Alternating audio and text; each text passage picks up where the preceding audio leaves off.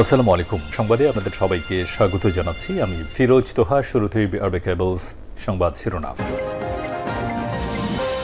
বাংলাদেশের সর্বশেষ গুরুত্বপূর্ণ আপডেট সংবাদে আপনাকে স্বাগত। শুরুতেই সংবাদ শিরোনাম, পরে বিস্তারিত।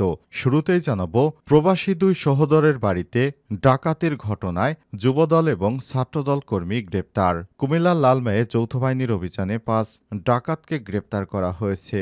রাত ৩টায় গোপন সংবাদের ভিত্তিতে উপজেলার বাকই ইউনিয়নের হরিশ্বর পশ্চিমপাড়া থেকে তাদের গ্রেপ্তার করা হয়। গ্রেপ্তারকৃতদের মধ্যে ২ জন বিএনপির নেতাকর্মী। এরপর জানাবো, মবের সঙ্গে জড়িত সবার বিরুদ্ধেই ব্যবস্থা, বললেন তথ্য উপদেষ্টা। দেশে গত কয়েক মাসে যত মব এবং ভায়োলেন্সের ঘটনা ঘটেছে, সেসব মব এবং ভায়োলেন্সের সঙ্গে যারা যারা জড়িত সবার তালিকা করা হয়েছে। তালিকা অনুযায়ী তাদেরকে তুলে নেওয়া হবে, এমনটাই জানিয়েছেন তথ্য উপদেষ্টা মাহফুজ আলম। আজ রোববার ৯ মার্চ আইন মন্ত্রণালয়ে আয়োজিত এক সংবাদ সম্মেলনে সব কথা বলেন তিনি। এদিকে অফিস করতে দেরি হয় কর্মীদের ব্যত্রাঘাত এমডির। অফিসে দেরি করে আসা এক প্রতিষ্ঠানের ব্যবস্থাপনা পরিচালক এমডি তার কর্মীদের ব্যত্রাঘাত করছেন। এই ঘটনার একটি ভিডিও সামাজিক যোগাযোগ মাধ্যমে ছড়িয়ে পড়লে দ্রুত তা ভাইরাল হয়। এ বিষয়ে গুরুত্বপূর্ণ সংবাদ জানাবো, সঙ্গেই থাকুন। এবারে জানাবো, ৯০ দিনের মধ্যে ধর্ষণের বিচার করতে হবে, বললেন আইন উপদেষ্টা। আইন বিচার ও সংসদ বিষয়ক উপদেষ্টা ড আসিফ নজরুল বলেছেন, ৯০ দিনের মধ্যেই ধর্ষণের বিচার সম্পূর্ণ করতে হবে। রোববার ৯ মার্চ আইন মন্ত্রণালয়ের সভাকক্ষে এক সংবাদ সম্মেলনে এসব কথা বলেন তিনি। এদিকে বিনিয়োগকারীদের নিয়ে আসুন কুয়েতকে প্রধান উপদেষ্টা। প্রধান উপদেষ্টা অধ্যাপক ড মোহাম্মদ ইউনুস কুয়েতে বিনিয়োগকারীদের বাংলাদেশে বিশেষ অর্থনৈতিক অঞ্চল SEZ বিনিয়োগ এবং আগামী ৭ থেকে ৯ এপ্রিল ঢাকায় অনুষ্ঠিত বাংলাদেশ বিনিয়োগ সম্মেলনে অংশ নেওয়ার আহ্বান জানিয়েছেন। রোববার ৯ মার্চ ঢাকায় নবনিযুক্ত কুয়েতের রাষ্ট্রদূত আলী তুনায়ান আব্দুল ওয়াহাব হামদা রাষ্ট্রীয় অতিথি ভবন যমুনায় প্রধান উপদেষ্টার সঙ্গে সাক্ষাৎ করতে গেলে তিনি এই আহ্বান জানান। এবং সর্বশেষ জানাবো, কাতারের প্রধানমন্ত্রী বললেন, ইরানে হামলা হলে ৩ দিনে পানিশূন্য হবে পারস্য অঞ্চল। মধ্যপ্রাচ্যের সংকটের মধ্যেই ইসরায়েল মার্কিন সমর্থন নিয়ে ইরানে হামলার হুমকি দিয়ে আসছে। ইসরায়েলের প্রধানমন্ত্রী অন্যান্য মন্ত্রীদের পক্ষ থেকে ইরানের পারমাণবিক স্থাপনায় হামলার বিষয়ে একাধিক হুঁশিয়ারি উচ্চারণ করা হয়েছে। দেশটির গণমাধ্যমও এ বিষয়ে ব্যাপক প্রচারণা চালাচ্ছে, যা ইরানের বিরুদ্ধে জনমত তৈরির প্রচেষ্টা বলে মনে করা হচ্ছে। তবে দখলদার ইসরায়েল যদি এবার ইরানে হামলা করে, তাহলে পারস্য এলাকায় ৩ দিনেই পানি শূন্য হবে, এমনটাই জানিয়েছেন কাতারের প্রধানমন্ত্রী। প্রিয় দর্শক, এতক্ষণ শুনছিলেন সংবাদ শিরোনাম, এবারে বিস্তারিত। তবে তার আগে বন্ধুরা, অনুরোধ থাকবে সংবাদটিতে একটি লাইক দিন। এই চ্যানেলে আপনি নতুন হয়ে থাকলে আমাদের সংবাদটি দেখতে দেখতে চ্যানেলটি সাবস্ক্রাইব করে রাখুন। কমেন্ট করে বন্ধুরা আপনার মূল্যবান মতামত জানিয়ে দিন আপনি বিশ্বের কোন দেশ থেকে বা বাংলাদেশের কোন স্থান থেকে আমাদের সংবাদটি দেখছেন এবং শুনছেন। এবারে বিস্তারিত। গ্রেপ্তার ৫ ডাকাতের মধ্যেও ছিলেন যুবদল ও ছাত্রদল কর্মী। কুমিল্লার লালমাইয়ে যৌথ বাহিনীর অভিযানে ৫ ডাকাতকে গ্রেপ্তার করা হয়েছে। শনিবার ৮ই মার্চ রাত ৩টায় গোপন সংবাদের ভিত্তিতে উপজেলার বাকই উত্তর ইউনিয়নের হরিচর পশ্চিমপাড়া থেকে তাদের গ্রেপ্তার করা হয়। গ্রেপ্তারকৃতরা হলেন উপজেলা বাগমারা দক্ষিণ ইউনিয়ন পশ্চিম অশ্বতলা গ্রামের বাহার মিয়ার ছেলে রাসেল মামুন ৩২, রাসেলের ভাই তুহিন ২৯, নগরীর গ্রামের রাহুল আমিনের ছেলে জুবায়ের ২৫, হারিস মিয়ার ছেলে ইয়াকুব হোসেন ২০, আমিনুল ইসলামের ছেলে রায়হান ২৬। তাদের মধ্যে রাসেল মামুন নিজেকে বাগমারা দক্ষিণ ইউনিয়ন যুবদলের প্রস্তাবিত কমিটির সদস্য সচিব পরিচয় দিয়ে এলাকায় পোস্টার ও ব্যানার সাটিয়েছেন। আর ইয়াকুব হোসেন নিজেকে বাগমারা দক্ষিণ ইউনিয়ন ছাত্রদলের প্রস্তাবিত কমিটির সদস্য সচিব পরিচয় দিয়ে এলাকায় পোস্টারিং সাটিয়েছেন। তবে এ বিষয়ে স্থানীয় যুবদল ও ছাত্রদলের নেতাকর্মীদের বক্তব্য পাওয়া যায়নি। লালমাই থানার ভারপ্রাপ্ত কর্মকর্তা ওসি শাহ আলম বলেছেন, যৌথ বাহিনীর অভিযানে গ্রেপ্তার হওয়া ৫ যুবক ৩ মাস আগে দত্তপুর ২ প্রবাসীর বাড়ি ডাকাতির কথা স্বীকার করেছে।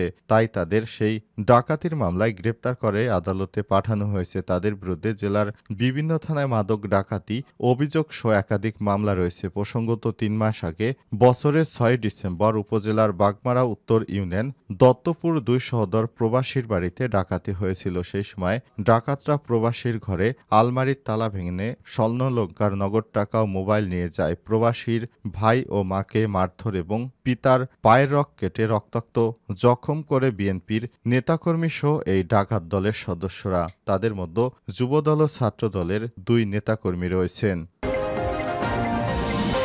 মবের সঙ্গে জড়িত সবার বিরুদ্ধেই ব্যবস্থা বললেন তথ্য উপদেষ্টা। তথ্য উপদেষ্টা মাহফুজ আলম বলেছেন, যারা মব সৃষ্টি করে দেশ থেকে মানুষদের হত্যা করছে বা বিভিন্ন স্থানে হত্যা রাহাজানি ইত্যাদি বিষয় করছে, এই বিষয়টি সম্পর্কে সরকার অবগত রয়েছে। বিগত ৭ থেকে ৮ মাসে যারা যেখানে বিশৃঙ্খলা পরিস্থিতি সৃষ্টির পায়তারা করেছে বা বিশৃঙ্খলা সৃষ্টি করেছে তাদের সবার বিষয়ে লিস্ট করা হয়েছে। তাদের ওই লিস্ট ধরে ধরে গ্রেপ্তার করা হবে।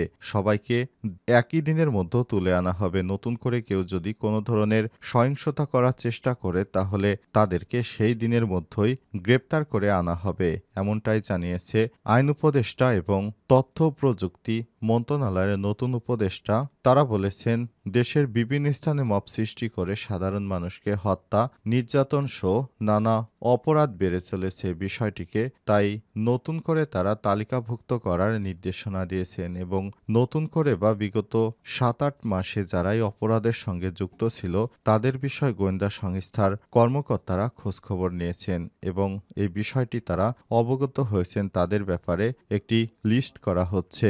নতুন করে কোনো ধরনের সহিংসতা ছড়ালে বা পূর্বের যে সহিংসতা ছিল এ বিষয়ে যারা যারা জড়িত ছিলেন তাদেরকে একে একে গ্রেপ্তার করে আইনের আওতায় নিয়ে আসা হবে, এমনটাই জানিয়েছেন আইন উপদেষ্টা ডক্টর আসিফ নজরুল। অফিসে আসতে দেরি করায় কর্মীদের ব্যথাঘাত এমডির। অফিসে দেরি করে আসা এক প্রতিষ্ঠানের ব্যবস্থাপনা পরিচালক এমডি তার কর্মীদের ব্যথাঘাত করেছেন। এই ঘটনার একটি ভিডিও সামাজিক যোগাযোগ মাধ্যমে ছড়িয়ে পড়লে তা দ্রুতই ভাইরাল হয়। ভাইরাল হওয়া ভিডিওতে দেখা যায় প্রতিষ্ঠানটির এমডি কর্মীদের লাইনে দাঁড় করিয়ে এক একজন করে ব্যথাঘাত করছেন আর আশপাশে থাকা অন্য কর্মীরা সে দৃশ্য চুপচাপ দেখছেন। এ সময় কাউকে অফিসে ঝগড়া করো বলে পেটাচ্ছেন, আবার কাউকে দেরিতে আসার time lost, everything is lost বলে পেটাচ্ছেন। ভিডিওটি ছড়িয়ে পড়ার পর সাধারণ মানুষ থেকে শুরু করে বিভিন্ন মহলে এ নিয়ে তীব্র নিন্দার ঝড় ওঠে। অনেকে এটিকে শ্রম আইনের লঙ্ঘন আখ্যা দিয়ে বিষয়টি খোঁজ নিয়ে দায়ী ব্যক্তির বিরুদ্ধে আইনি ব্যবস্থার দাবি তুলেছেন। তবে সংশ্লিষ্ট প্রতিষ্ঠান বা কর্তৃপক্ষের পক্ষ থেকে এ বিষয়ে এখন পর্যন্ত কোনো আনুষ্ঠানিক বক্তব্য বা ব্যাখ্যা পাওয়া যায়নি। এই ঘটনার শ্রম অধিকার সংগঠনগুলো নড়েচড়ে বসেছে এবং তারা এ ধরনের আচরণকে অমানবিক এবং অন্যায় বলে উল্লেখ করেছেন। বিষয়টি নিয়ে প্রশাসনের হস্তক্ষেপের দাবি জানানো হয়েছে। এই ভিডিওতে দেখা যায় অনেককেই ব্যথাঘাতের কষ্টের জন্য অনেক কষ্ট পাচ্ছেন এবং এই বিষয়টি তখনই সামাজিক যোগাযোগ মাধ্যমে ভাইরাল হয়ে ওঠে। অনেকেই বলছেন যে এমন একটি প্রতিষ্ঠানে হলে আমি চাকুরি করতাম না, যেটা শ্রমিকদের অধিকার লঙ্ঘন করেছে। কেউ যদি অপরাধ করে থাকে বা অফিসে দেরিতে এসে থাকে তাহলে রুলস অনুযায়ী তার স্যালারি থেকে টাকা কাটা হবে। এ ধরনের ব্যথাঘাত কোনোভাবেই কাম্য নয়।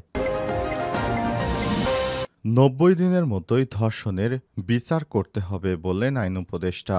দেশব্যাপী বিভিন্ন স্থানে ধর্ষণের অভিযোগ অনেক অংশে বেড়ে গেছে। সারা দেশব্যাপী একটি যাচ্ছে তাই অবস্থায় আইন উপদেষ্টা ডক্টর আসিফ নজরুল আইনজীবীদের প্রতি একটি বার্তা দিয়েছেন। সেটি হচ্ছে, এখন থেকে কোনো ধর্ষণকারীর জামিন হবে না আর ৯০ দিনের মধ্যে প্রত্যেক ধর্ষণকারীর শাস্তি নিশ্চিত করতে হবে। আজ সংবাদ সম্মেলনে আইন উপদেষ্টা ডক্টর আসিফ নজরুল এসব কথা বলেছেন। ১৫ দিনের মধ্যে ধর্ষণ মামলা তদন্ত কাজ সম্পন্ন করতে হবে উল্লেখ করে আইন উপদেষ্টা বলেছেন, নির্ধারিত সময়ের মধ্যেই তদন্তকারী কর্মকর্তাকে এটি করতে হবে।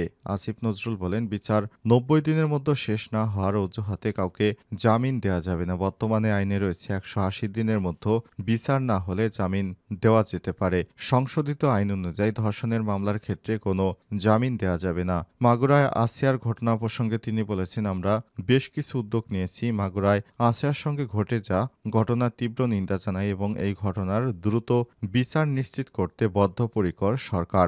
দ্রুত বিচার প্রসঙ্গে উপদেষ্টা আরও বলেছেন, নারীদের বিরুদ্ধে সহিংসতা দমনে সরকারের সম্প্রতি সংঘটিত সব ধর্ষণের মামলার দ্রুত বিচার নিষ্পত্তিকালে মামলাগুলো নিয়মিত পর্যালোচনা করা হচ্ছে এবং মামলার নথিগুলো দেখে একে একে পর্যায়ক্রমে ব্যবস্থা গ্রহণ করছে সরকার। নতুন নির্দেশনা জারির পর থেকে আইন উপদেষ্টা সংবাদ সম্মেলন করে বিষয়টি সবার অবগত করার জন্য নির্দেশনা দিয়েছেন। আর আসিয়ার ঘটনার পরই হাইকোর্ট থেকে নির্দেশনা জারি করা হয়েছে যে ১৮০ দিনের ভিতর তার বিচার কার্যকর করতে হবে এবং আইন উপদেষ্টা বিষয়টিকে আবার নতুন করে স্মরণ করিয়ে দিলেন যে ১৮০ দিন নয় বরং ৯০ দিনের মধ্যে এই বিচার কাজগুলো করতে হবে।